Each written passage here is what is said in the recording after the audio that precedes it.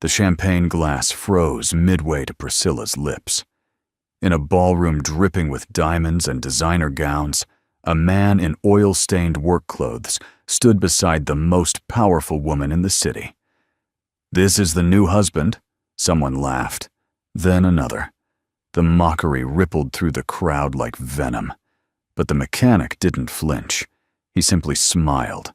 The quiet smile of a man who had once stood at the top of an empire and walked away.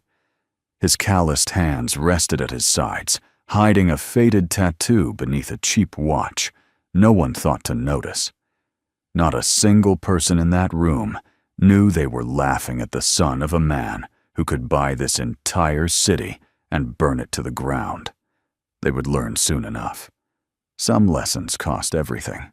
The smell of motor oil and burnt coffee hung in the air of Brennan's Auto Repair, a small garage tucked into the quiet edge of Fairview's industrial district. 9 o'clock on a Thursday night, and Cole Brennan was still underneath a 1992 Chevy pickup, his phone wedged between his ear and shoulder, while his hands worked a stubborn bolt. The fluorescent lights buzzed overhead, casting long shadows across the concrete floor where tools hung in perfect rows along pegboard walls. Everything in this shop had its place. Everything was controlled. That was how Cole liked it. "Daddy, when are you coming home?" Sawyer's voice crackled through the speaker, high and impatient the way only a 7-year-old could manage. Cole smiled, despite the grease smeared across his forehead, despite the ache settling into his lower back from hours of labor. He could picture her sitting cross-legged on Mrs. Patterson's couch next door, probably wearing mismatched socks and clutching that raggedy stuffed rabbit she refused to let go of. "Soon, sweetheart. One more car and I'm done. Did you eat the dinner Mrs. Patterson made?" There was a pause, the kind that meant vegetables had been involved and negotiations had failed. "Most of it," Sawyer admitted. "Daddy, I drew something at school today, a picture of our house." Cole slid out from under the truck, wiping his hands on a rag that had seen better decades. His shirt rode up as he moved, revealing for just a moment a long scar that curved along his lower back like a question mark frozen in flesh. He tugged the fabric down without thinking, the gesture automatic after so many years. "Yeah? What's in the picture?" He reached for his coffee, cold now but still drinkable. The watch on his wrist caught the light, an old thing with a cracked face and a leather band, worn soft from years of wear. It didn't match anything else about him, too delicate for hands that spent their days elbow-deep in engines. But he never took it off. Not once in 15 years. "Our house," Sawyer repeated, as if he hadn't been listening. "With the tree out front, and me, and you, and one more person." Cole's hand stilled on the coffee mug. The shop fell silent except for the hum of the overhead lights and the distant sound of a car passing on the wet street outside. "Who's the third person, baby?" He kept his voice light, but something shifted behind his eyes. "I don't know yet," Sawyer said simply. "But there's supposed to be 3. I can feel it." Before Cole could respond, headlights swept across the garage's front windows. Bright. Expensive. The kind of headlights that didn't belong in this part of town at this hour. Cole straightened slowly, his body moving with a controlled tension that seemed out of place for a simple mechanic. His head turned toward the sound before the car had even fully stopped, eyes tracking the movement through the rain-streaked glass with a focus that bordered on predatory. It was a small thing, barely noticeable, the kind of reaction that came from years of training that no amount of oil changes could erase. "Sawyer, I gotta go. Someone just pulled in. I'll be home in an hour, okay?" "Love you." He ended the call and slipped the phone into his pocket, watching as the sedan's door opened. A pair of red heels emerged first, stepping down onto the wet pavement with the careful precision of someone who wasn't used to anything less than marble floors. The woman who walked through his door carried herself like she owned whatever room she entered, and Cole suspected that in most cases, She probably did. Late 30s, dark hair pulled back in a style that probably had a French name he'd never learned, wearing a charcoal dress that cost more than his truck. Rain had dampened her shoulders and left small droplets clinging to her hair, but she didn't seem bothered. She looked around the shop with sharp eyes, taking in the organized chaos of a working garage, the faded calendar on the wall still showing March, even though it was September, the coffee maker that had survived 2 presidential administrations. Her gaze landed on Cole, and something flickered there. Not recognition. Calculation. "I need my car fixed," she said. Not a question. Not a request. A statement delivered with the expectation of immediate compliance. Cole didn't move from where he stood, just reached for his rag and continued wiping the grease from his fingers. "Shop's closed." The woman's eyebrow arched slightly. "The sign says you're open until 10. She was right, of course. The sign did say that. Cole had just never had someone actually hold him to it before. "What's wrong with it?" He walked past her toward the sedan, noting the way she stepped aside but didn't quite yield. Up close, the car was even more impressive. German engineering, leather interior he could smell from 3 feet away, the kind of vehicle that came with a mechanic on retainer. "I need it running in 30 minutes. I have a meeting downtown. I'll pay double your rate." Cole popped the hood and leaned in, his trained eyes scanning the engine bay. It only took him a moment to find the problem. A loose connection on the alternator. Simple fix. But something else caught his attention. The way she watched him. Not impatient, despite her words. Curious. Studying him the way he'd studied her sedan. "It's not about the money," Cole said without looking up. "Engine doesn't care what you're willing to pay. This'll take 2 hours minimum if you want it done right." He heard her shift behind him, the subtle sound of expensive fabric rustling with suppressed frustration. "I don't have 2 hours." Cole finally straightened and turned to face her. Their eyes met, and for a moment, neither spoke. "Then I'd suggest calling a cab, ma'am, because I don't do rushed work, and your money doesn't change how long a repair takes." The silence stretched between them, heavy with something neither could name. Most people backed down when Cole held their gaze like this. Not from intimidation, he wasn't trying to intimidate, but from the sheer weight of his stillness. This woman didn't. She matched him, breath for breath, second for second, until the corner of her mouth twitched in something that might have been amusement. "Vivian," she said. "Vivian Ashford, and I'm not used to being told no." Cole turned back to the engine. "Nice to meet you, Ms. Ashford. Still gonna be 2 hours." His phone buzzed in his pocket. Sawyer calling back, probably unable to sleep. Cole pulled out the phone and glanced at Vivian. "Excuse me, I need to take this." He stepped outside into the drizzle without waiting for her response, leaving her alone in his shop surrounded by tools and the smell of honest work. "Hey, sweetheart, what's wrong?" Through the grimy window, Vivian watched him pace slowly under the awning, one hand pressed to his ear, the other gesturing gently at the night air. His whole demeanor transformed. The hard edges softened, his shoulders dropped from their rigid line, and his voice, when it carried through the cracked door, was nothing like the flat tone he'd used with her. "The princess didn't go to sleep yet because she was too excited about the adventure," she heard him say, his words dipping into the rhythm of a bedtime story being made up on the spot. But the wise king told her that the best adventures happen to people who are well rested. Vivian found herself standing very still, listening to a man in oil-stained clothes spin fairy tales for his daughter in the rain. She'd built an empire on reading people, on understanding what they wanted before they knew it themselves. But this man wanted nothing from her, had asked for nothing, expected nothing. When was the last time someone had looked at her and not calculated her net worth? Cole came back inside a few minutes later, sliding the phone away. "Sorry about that." "My daughter." He moved back to the car, picking up a wrench. 2 hours. There's a coffee maker in the corner if you want some. It's terrible, but it's hot."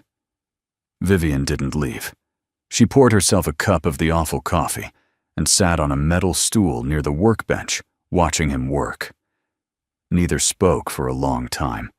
The rain continued to fall, drumming softly against the roof, and somewhere in the comfortable silence, something shifted. When Vivian finally reached past him to hand him a different socket wrench, the one he'd clearly been looking for, her fingers brushed his wrist. Cole pulled back sharply, a movement so quick and controlled it looked almost violent.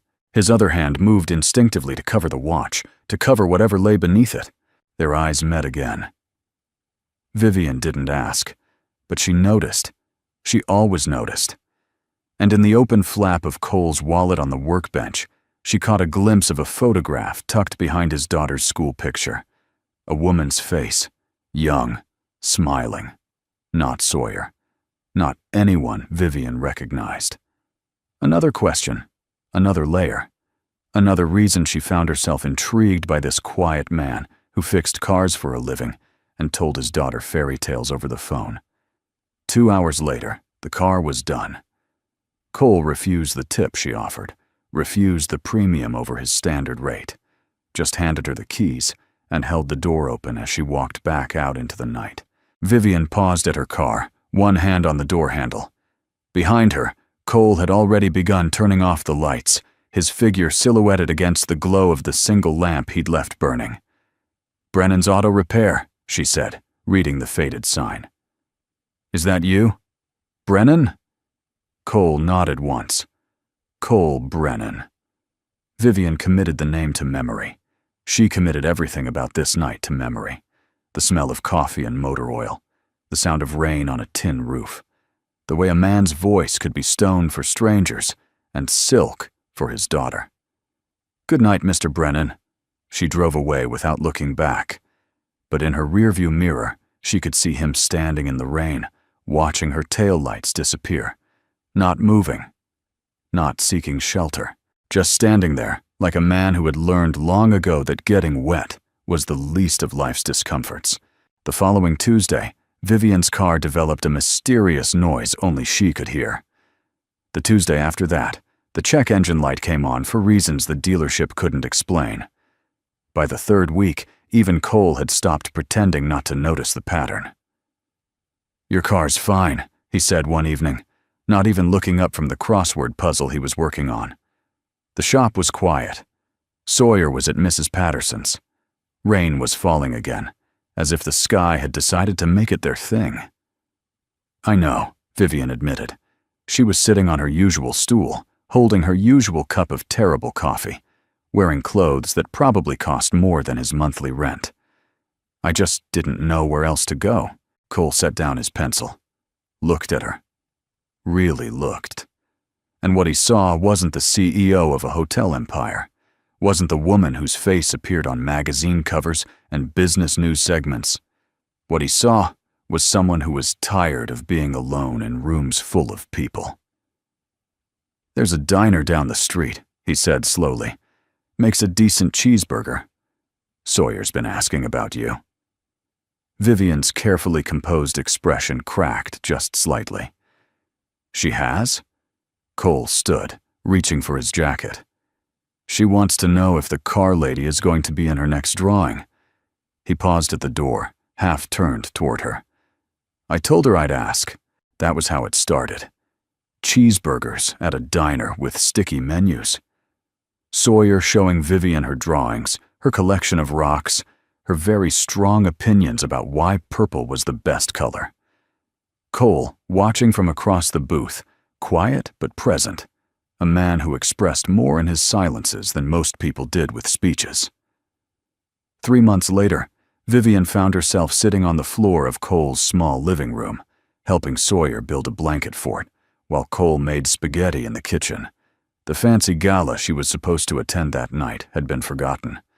The shareholders waiting for her response had been ignored. There was glitter in her hair from a craft project gone spectacularly wrong, and she couldn't remember the last time she'd been this happy. Vivian, Sawyer's voice came from inside the fort, muffled by blankets.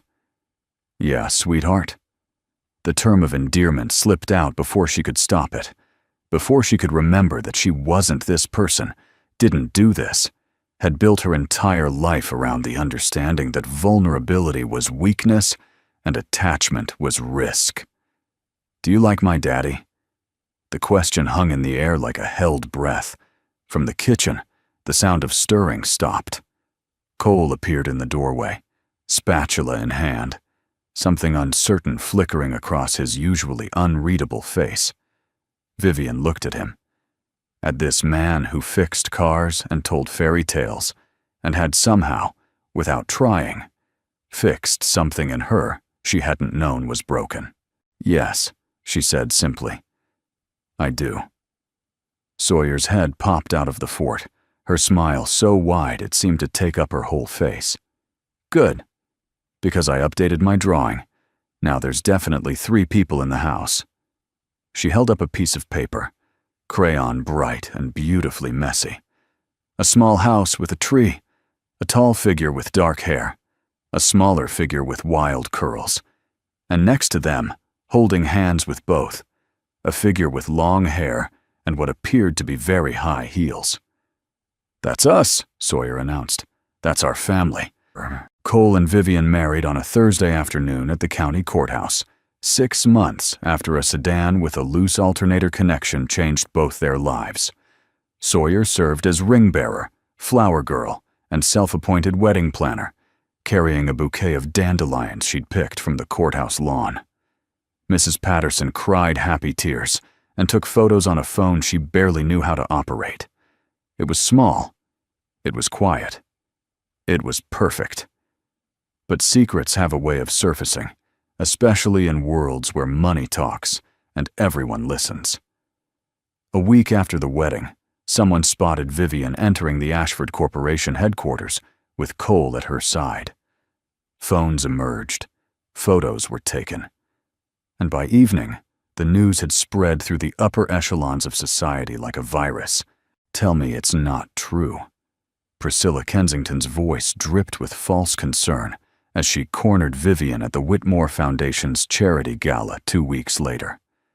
The ballroom glittered with chandeliers and champagne, with designer gowns and whispered rumors. "Tell me you didn't actually marry some grease monkey from the wrong side of town." Vivian's spine straightened, but before she could respond, she felt Cole's hand settle gently on the small of her back. He'd come straight from the shop, hadn't had time to change, and his work clothes stood out against the sea of tuxedos like a declaration of war. "Priscilla," Vivian said coolly, "I don't believe you've met my husband." "Cole, this is Priscilla Kensington.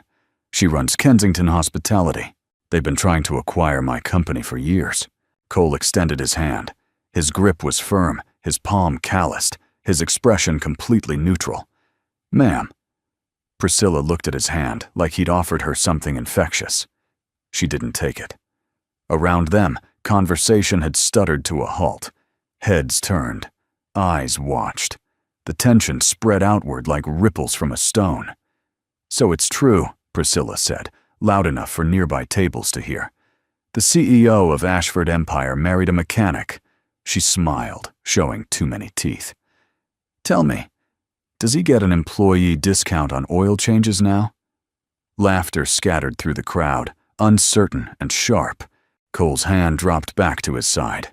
His expression didn't change, but something shifted in his eyes, something dark and cold that disappeared so quickly, Vivian almost thought she'd imagined it. Almost.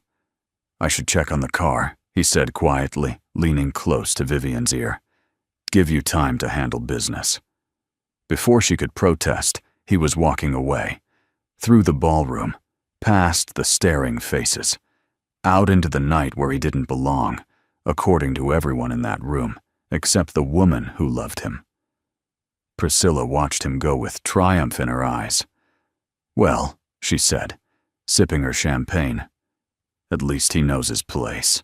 The next morning, Cole found Sawyer sitting on her bed, still in her pajamas, tears streaming down her face. He was at her side in an instant, kneeling on the floor, hands gentle on her small shoulders. Hey, what happened? What's wrong?" Sawyer shook her head, unable to speak. Cole waited. He'd learned long ago that silence was sometimes the only door you could leave open. Finally, she choked out the words between sobs. "Tommy Hartwell said you're poor.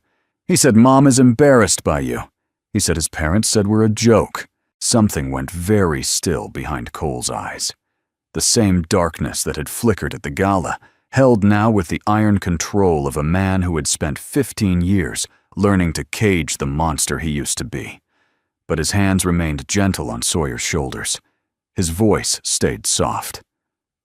"Come here," he said, and gathered her into his arms the way he'd done since she was small enough to fit in one hand. "Listen to me. People are going to say things. Some of them will be mean. Some of them will be wrong. But the only opinion that matters is the truth." He pulled back to look at her, thumb brushing away her tears. "And the truth is, I'm exactly where I want to be. With you. With Vivian. In that house with the tree out front. The one from your drawing, remember?" Sawyer sniffled. "With 3 people." Cole smiled. "With 3 people." That afternoon, Vivian came home early to find them making a blanket fort in the living room. She kicked off her heels, crawled inside, and held them both without asking questions. She knew. She always knew. But that night, after Sawyer was asleep, the tension finally broke. "They're never going to accept you," Vivian said quietly. They were standing on the small back porch, looking out at a yard that cost less than her watch. "The board is already asking questions. The shareholders are nervous. Priscilla's been making calls." Cole leaned against the railing, his profile sharp in the moonlight. "Do you want me to leave?" The question was asked without self-pity, without manipulation, just a simple offer to remove himself from her life if that's what she needed. Vivian turned to face him. "No. God. No. I want you to fight back. I want you to prove them wrong.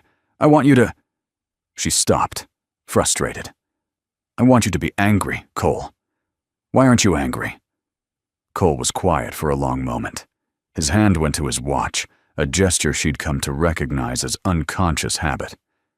"Because they're not worth it," he finally said. "They don't know anything about me. About us. About what matters." He turned to look at her, and in the darkness, his eyes held something ancient, something that had seen worse than mockery and survived. "But Sawyer, she's worth everything. You're worth everything. So let them talk. Let them laugh. Words can only hurt if you give them power, but words weren't the only weapons in Priscilla's arsenal." As the weeks passed, the attacks escalated. First came the whisper campaign, subtle insinuations that Vivian's judgment was compromised, that she'd let emotions cloud her business sense. Then came the shareholder meetings, where pointed questions about her personal life derailed discussions about quarterly projections. Then came the photographs, published in a gossip magazine, showing Cole in his work clothes next to Vivian in her designer suits. The headline read, "Grease and Grace. Inside the mismatch marriage, shocking high society."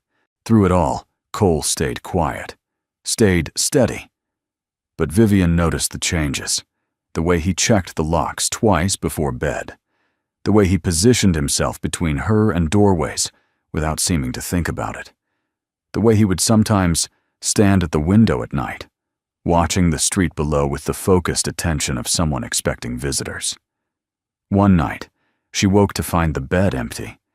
She found him on the back porch, phone pressed to his ear, voice low and hard in a way she'd never heard before. "I told you not to call this number," he said. "I don't care what he wants. That life is over. Don't contact me again." He hung up and stood there for a long moment, shoulders tight, before turning to find her watching from the doorway. Neither spoke about it. But Vivian started noticing other things. A black sedan that seemed to appear on their street too often. The way Cole's eyes would track it without his head ever turning. The way his whole body would shift into something coiled and ready whenever it passed. And always, always, his hand would move to that old watch on his wrist, covering it like a secret, like a scar, like the truth. The call came on a Tuesday afternoon.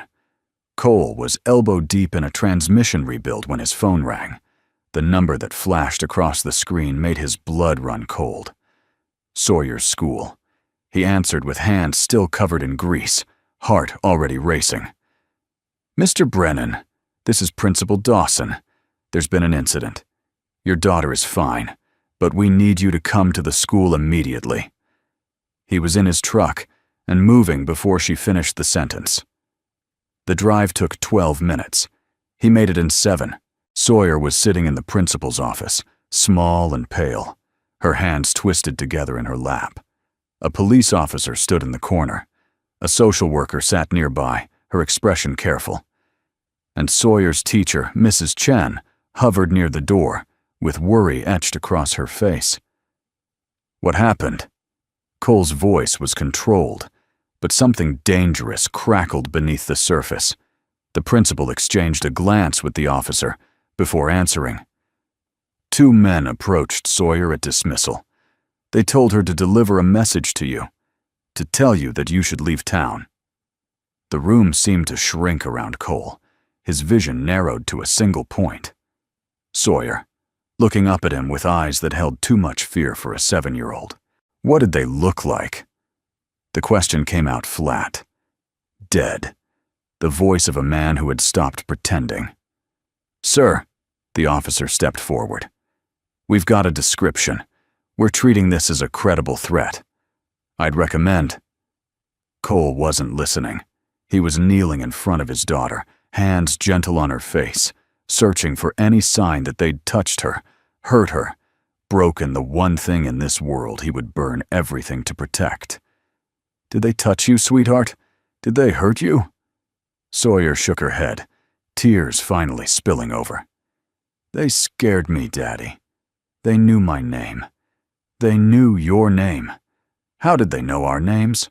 Before Cole could answer, the door burst open and Vivian rushed in, still in her business suit, face white with fear. She gathered Sawyer into her arms without a word, eyes finding Cole's over their daughter's head. In that look, 1,000 questions. In his answering gaze, 1,000 answers he wasn't ready to give. The officer was still talking, something about protective measures and statements, but Cole had stopped listening, because through the window, across the street from the school, he could see them. 2 men leaning against a black car, watching, waiting, wanting him to see them, to know they were there, to understand that this was just the beginning. "Take Sawyer to your mother's office," Cole said quietly to Vivian. "Lock the door. Don't let anyone in until I come for you." Vivian's grip tightened on Sawyer. "Cole, what are you going to do?" He didn't answer, just pressed a kiss to Sawyer's forehead, then to Vivian's lips. Then he walked out of the school with the unhurried stride of a man who had stopped running. The 2 men straightened as he approached. They were professionals, he could tell. The way they positioned themselves, the way their hands stayed visible but ready. They'd done this before. But so had he. "Cole Brennan," the larger one said, smirking. "We were starting to think you'd gone soft, living in that little house, playing mechanic." He gestured toward the school. "Cute kid, by the way." Cole stopped about 10 feet away, close enough to act, far enough to assess. His hands hung loose at his sides, and anyone watching would have seen nothing but a tired father in oil-stained clothes. They wouldn't have seen the shift in his weight, the calculation in his eyes, the predator waking up after 15 years of pretending to be prey. "You made a mistake," Cole said quietly. "You should have just come for me." The smaller man laughed. "Yeah? And what are you gonna do about it, grease monkey? We've got a message from Priscilla Kensington. She wants you gone. Out of the city. Out of her way. You've got 48 hours to—" He never finished the sentence. What happened next, Took less than 40 seconds. Later, when the police reviewed the security footage, they would play it back in slow motion and still not quite understand what they were seeing. A man in work clothes moving like water, like shadow, like something that shouldn't exist outside of nightmares. No wasted motion, no hesitation. Just precise, devastating efficiency that left two trained men crumpled on the pavement, groaning. Cole knelt beside the larger one, the one who had mentioned Sawyer. His voice was very soft now, very calm, and somehow, that made it worse. Go back to whoever sent you. Tell them Cole Brennan's daughter is off limits. He grabbed the man's wrist, twisting it just enough to make him gasp, and pushed up the sleeve of his own shirt. The old watch shifted, revealing what it had hidden for 15 years. A tattoo. Faded, but unmistakable. A symbol that made the man's eyes go wide with sudden, terrible recognition. The man's face went gray. Oh, God. You're supposed to be dead. Cole released him and stood. I am dead. Have been for 15 years. And if you're smart, you'll keep it that way. He turned and walked back toward the school, leaving two broken men and a lifetime of buried truth scattered across the sidewalk. Behind him, one of them was already making a phone call, voice shaking. Get me Mr. Brennan, Sr. Tell him his son is alive. 48 hours later, Priscilla Kensington was having the worst day of her life, and she didn't even know it yet. She was in the middle of a board meeting, outlining her latest strategy to pressure Ashford Corporation's shareholders, when her office door opened without a knock. Her assistant's protest died in the hallway. The man who entered was 70 years old, silver-haired, and wearing a black suit that cost more than most people's cars. He moved with the careful economy of someone who had learned long ago that power didn't need to announce itself. Behind him, two men in dark coats closed the door and took up positions on either side, their eyes empty of everything except professional attention. Priscilla rose from her seat, irritation flashing across her face. Excuse me, this is a private meeting. Who do you think you— The words died in her throat as recognition hit. She'd never met him in person, but everyone in certain circles knew that face, that name, the quiet legend that had shaped the Eastern Seaboard's criminal underworld for 40 years. Garrett Brennan, she whispered. The other board members exchanged confused glances, but something in Priscilla's tone made them fall silent. Garrett walked slowly to the head of the table, ignoring the empty chair Priscilla had vacated. He remained standing, hands clasped in front of him, studying her with eyes that had seen empires rise and fall. Miss Kensington. His voice was soft, almost grandfatherly. It made the threat underneath even more terrifying. I understand you've been causing trouble for my family. Priscilla's composure cracked. I didn't know. The mechanic, he's your— Garrett tilted his head slightly, like a hawk considering a mouse. My son. Yes. The one everyone thought died 15 years ago. The one who chose to walk away from everything I built, to live a quiet life, to raise his daughter in peace. He paused, letting the weight of his words settle. You threatened my granddaughter, in her school. While she was alone, the temperature in the room seemed to drop. Priscilla's board members were already calculating exits, distances, odds of survival. None of them liked what the math was telling them. I didn't know, Priscilla said again, her voice cracking. I just wanted Vivian Ashford out of my way. I didn't know who he was. I swear I didn't know. Garrett studied her for a long moment. When he finally spoke, his voice hadn't changed from that soft, reasonable tone. My son chose to leave this world. He didn't want any part of what I built. He wanted to be ordinary, to be forgotten. I respected that choice, even though it broke my heart. He moved closer, and Priscilla flinched back against her chair. But he is still my blood. His daughter is still my granddaughter, and no one threatens my family. No one.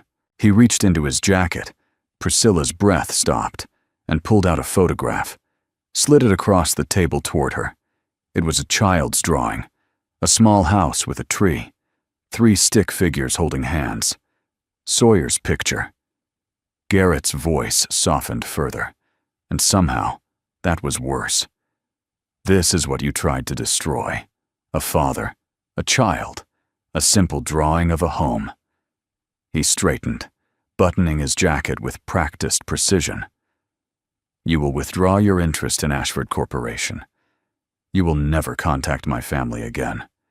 You will forget this conversation ever happened, and in exchange I will forget what you did. He paused at the door, looking back over his shoulder.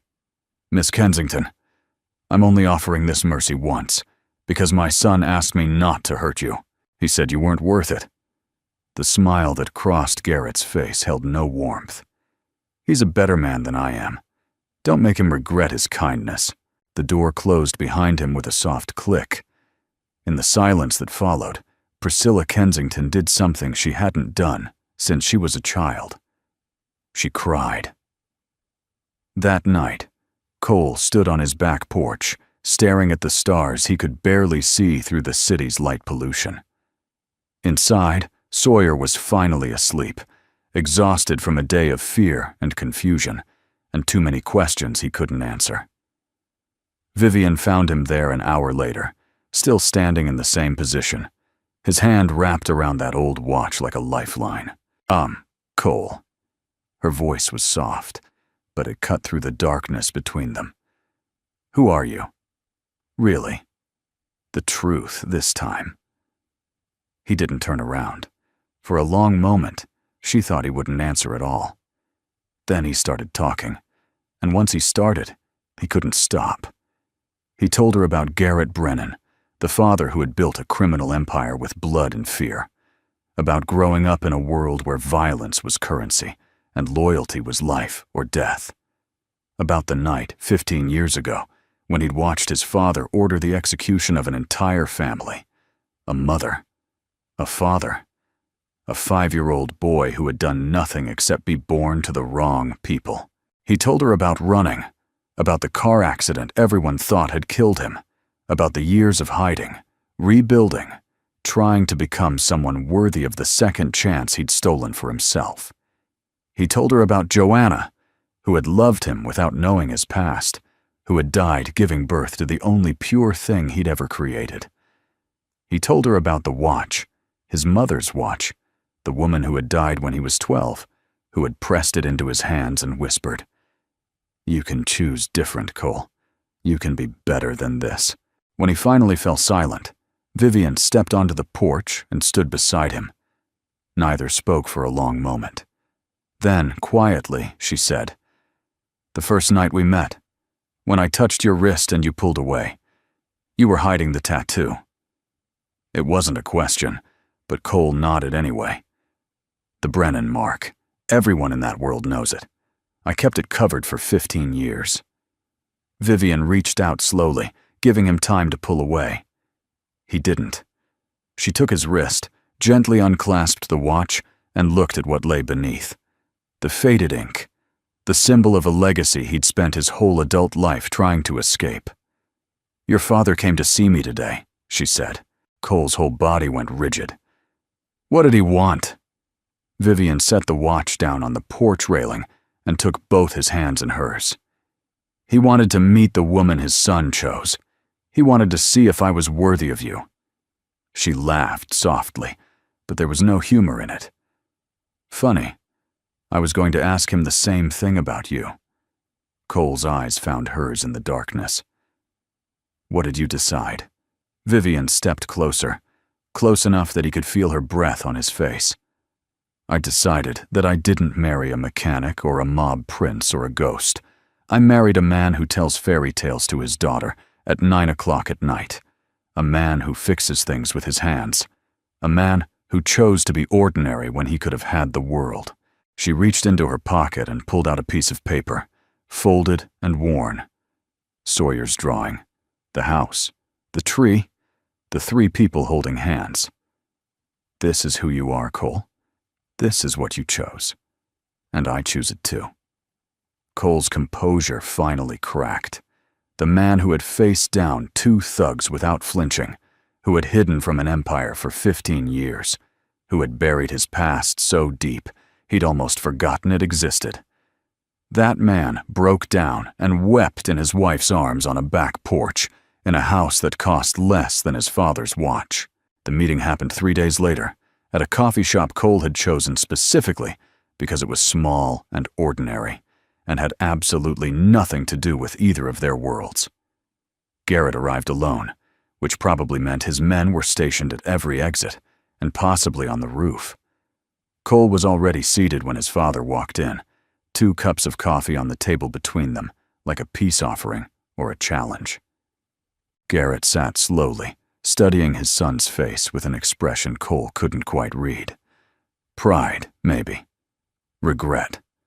The complicated arithmetic of love and loss that defined their relationship. 15 years, Garrett said finally. 15 years I thought you were dead.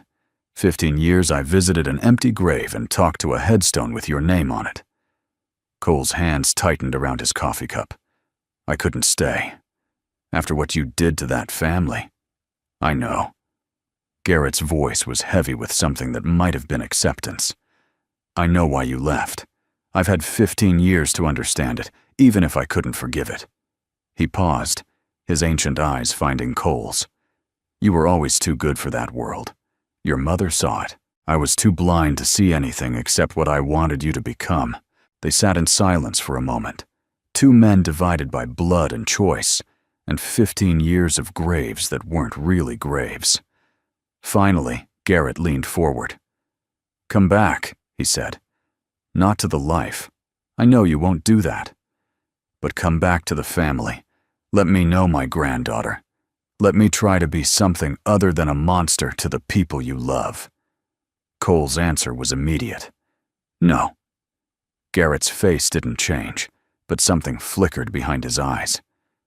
She's my blood, Cole. She's all that's left of... She's my daughter, Cole said firmly. She's going to grow up thinking the world is good, that people are kind, that her biggest problem is which color crayon to use for her next drawing. And that means she can't grow up knowing what you are. What we were. He leaned forward, matching his father's posture. I walked away from everything. The money, the power, the legacy. I spent 15 years building something clean, something she can be proud of. I won't let your world touch her. I can't. Garrett was quiet for a long moment. Outside, traffic passed.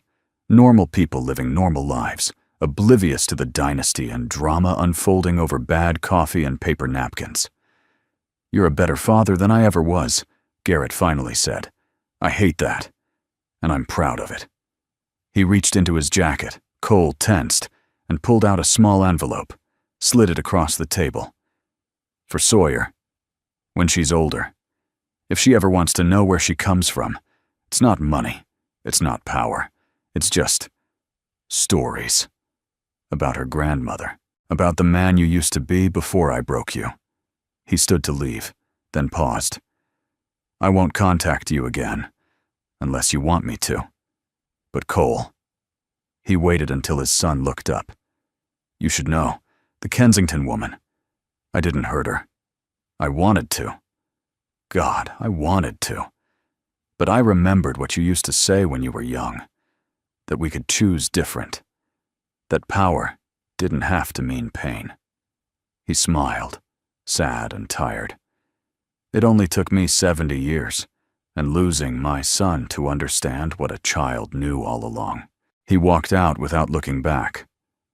Cole sat alone with his cold coffee and the envelope full of stories he might never read. Outside the coffee shop window, a small figure was waving at him from across the street. Sawyer, bouncing on her heels next to Vivian, holding up a piece of paper with something drawn on it. He couldn't see what it was from this distance, but he could guess. A house, a tree, 3 people holding hands, maybe 4 now. He thought about his father, walking away into a world of shadows and violence, About his mother, dead 20 years, but still alive in the watch he would never stop wearing. About Joanna, who had loved him completely and left him too soon. About Vivian, who had seen his darkness and chosen light anyway. About Sawyer, the miracle he didn't deserve but would spend his whole life trying to earn. Cole Brennan had been a prince of crime, a dead man walking, a mechanic with grease under his fingernails and ghosts in his past. He had been loved and feared and forgotten and found. And now, walking across the street to take his daughter's hand and look at whatever new drawing she had made, he was something else entirely. Something simpler. Something better. Just a father. Just a husband. Just a man who had chosen, finally, to stop running. When he reached them, Sawyer thrust the paper into his hands with all the urgency of a 7-year-old sharing something vital. "Look, Daddy, I made a new drawing." He looked. It was the house again. The tree. The family. But this time there was a fourth figure standing off to the side. An old man with silver hair, watching the others, with what looked like loneliness and hope. "Who's that?" Cole asked, though something in his chest already knew. "I don't know," Sawyer said happily. "But I dreamed about him." He looked sad. "So I put him in the picture. Maybe if he's in the picture, he won't be so sad anymore." Cole stared at the drawing for a long moment. Then he folded it carefully, put it in his pocket next to the envelope he hadn't opened, and took his daughter's hand. The man in oil-stained clothes, the woman in designer heels, the child with crayon-stained fingers. They walked away together, leaving the coffee shop and the past and the watching eyes of an old man in a black car who might have been crying. They would learn soon enough. Some lessons cost everything. But some, the ones about love and choice and second chances, some lessons were worth every single price.